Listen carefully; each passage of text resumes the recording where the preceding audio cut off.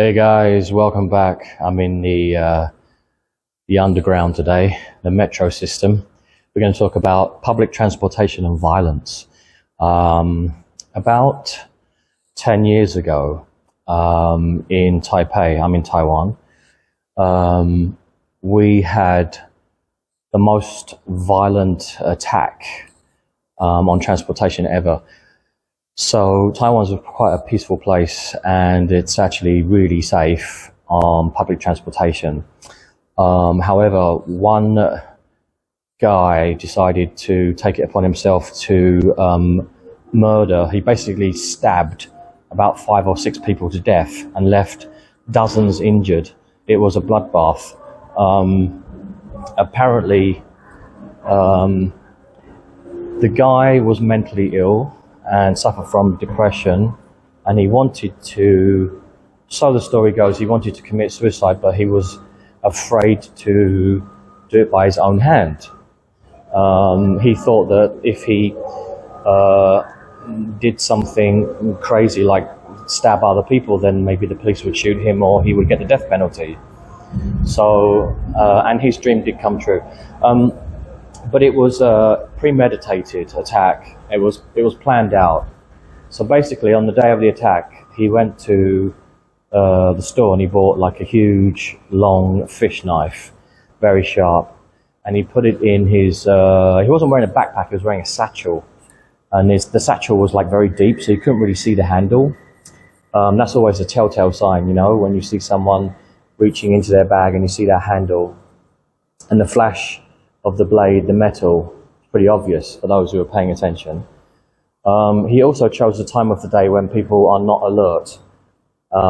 He chose, I think it was between sometime between 5 and 7 p.m., which is like that's like the rush hour time for, you know, when people punch out and then they just want to get home really quick after work.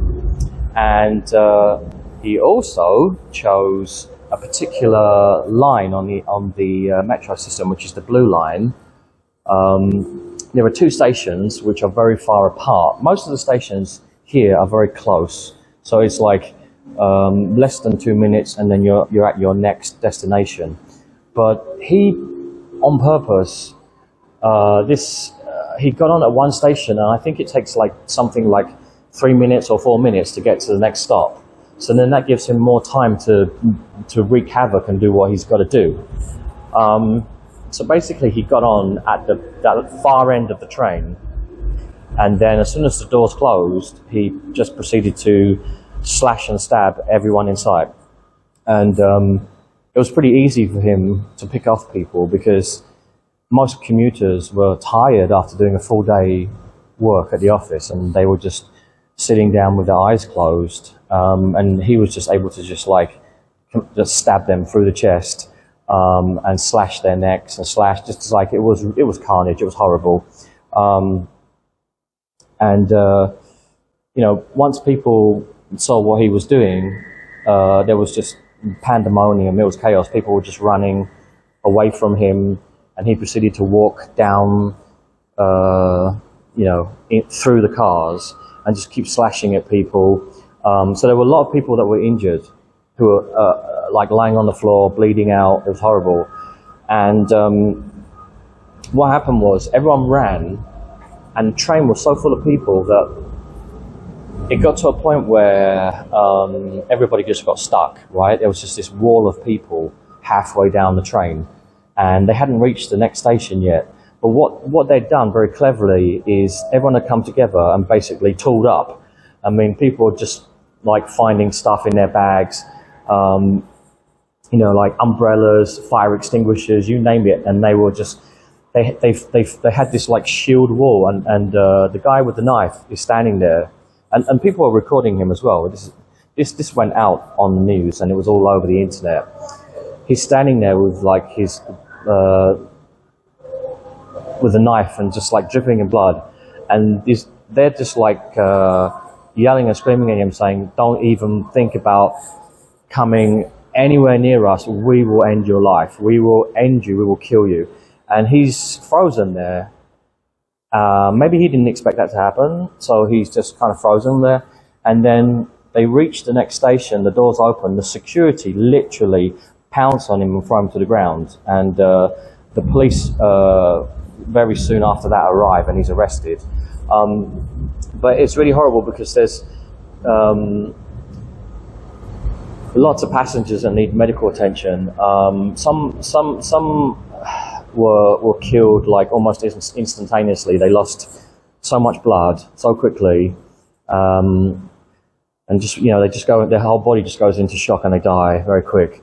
And there were a lot of others who were bleeding out and they had very serious wounds. And so it was good that everyone just pulled together, and lots of people just who were passengers became first responders. And you can actually see in the news footage, although a lot of it has been pixelated because it's so graphic. I mean, the car, the train, the floor was just swimming in blood. It was horrible. And you can see some individuals giving the victims CPR, chest compressions, and they're using the AED, the defibrillators, and then other people just like trying to plug up wounds with whatever first aid kits they've got and bandages and stuff. And it was just horrific, but it was really positive the way everybody just like came together. What happened is this guy was sentenced to death. In Taiwan, we have the death penalty, but recently it was abolished. But then it was brought, it kind of gets, if something really, really violent and really extreme happens and the public are outraged, then they kind of bring it back for certain individual cases. So in this guy's case, he got the death penalty, so he was executed. In Taiwan, they will shoot you in the back of the head. It's not nice.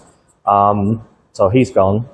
That's the worst thing I can think of that's happened on public transportation in Taiwan. And there was one woman who actually saved her own life. She was really smart. She reacted so quickly, it was just instinct. She was sitting down and she wasn't asleep. And she had her briefcase, and it was like against her body on her lap. And as the guy went to stab and slash her, she just grabbed her backpack, her whatever it was she was carrying. It had books and stuff in it and a computer from work, and she used it as a shield, which is like, that's the first thing you should do if someone's got a weapon. Is you need to put a barrier, something between you and them, something between you and their weapon. And she did that, and she got cut, she got wounded, but she survived. She didn't get killed.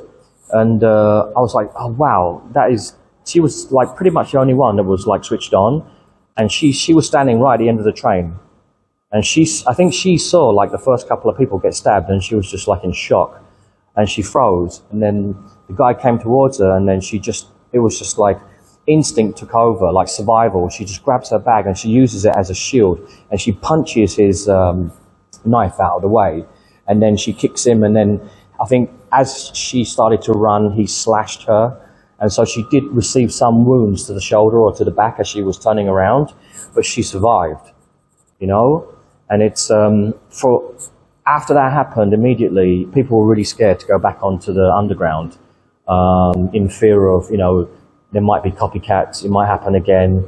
And because this never happened before, people were just like generally in a state of like bewilderment. They were so shocked.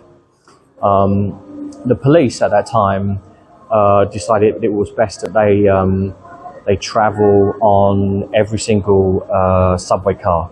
There were like so many police for like 2 months just to reassure people and give you that sense of safety, which was really, really good.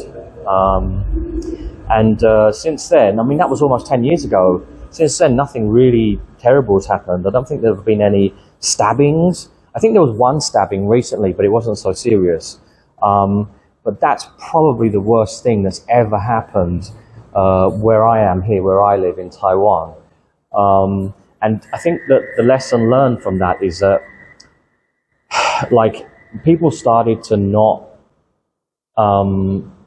like play on their cell phones so much. When you get on a bus or when you get on a train, you sit down and then you just put your headphones on and you start playing Tetris and Candy Crush and playing video games and texting people. And like, after that happened, people were like really like nervous, and they were really switched on, and they were, and yeah. So, but that's how you need to be. That's how, if you want to be a student of self-defense and you want to learn how to protect yourself, then you need to be switched on, and that needs to be a daily ritual, needs to be a daily routine. But unfortunately, that didn't last long, and after a couple of months, the news kind of faded away in people's memories, and people just went back to their bad habits again. You know, just walking along the street, you know, with their faces in their cell phones, and sitting on the MRT, on the metro system, just falling asleep. And you know, it's those habits. It's like that people only do the right thing when something really terrible happens. It'd be nice if you could just like cultivate that habit and just make it part of your routine, your lifestyle. It's like an ingrained habit. That's what I do. Like, I never ever take my cell phone out on public transportation, ever. I never use my earplugs or my headphones. I don't listen to music. I am just sitting, I'm relaxing, but I'm kind of just looking around. I've got good, you know, situational awareness. I'm looking at people, looking at what they're doing, looking at the body language, you know. So I think that's just the safer way to be. And then if something does happen, you're switched on, you're ready to go. And also, if it doesn't have to be a knife attack. It could be any kind of emergency situation. You could be the Good Samaritan. You could be the person that prevents something awful from happening, or you because of your readiness, you step in and you help someone. It could just be an elderly woman that falls over, hits her head, or whatever. You know, I mean, just being switched on is good. I just don't like this whole zombie culture of people with their heads stuck in their cell phones. It's just really not. It's not helpful. But yeah, that was probably the worst tragedy that's ever happened here. You can leave your comments in the comment section below and tell me about where you're from. What's it like to get on a bus or a train? Is it scary? How's public transportation? Is it dangerous? You know, and how do you deal with that? I think I'm quite lucky living in Taiwan. All I need to do is just pay attention and switch on, and that's it, really. I don't even worry about pickpockets here. It's very safe. So, subscribe, and we'll talk more about self-defense and public transportation, because I think there's quite a lot of stories there's quite a lot I can say, actually. So I'll see you guys in the next one. I'm going to go up the escalator now. There's no one here. Look, it's just me. It's late at night, and the whole MRT station is empty. So cool. All right, I'll see you guys later. Bye.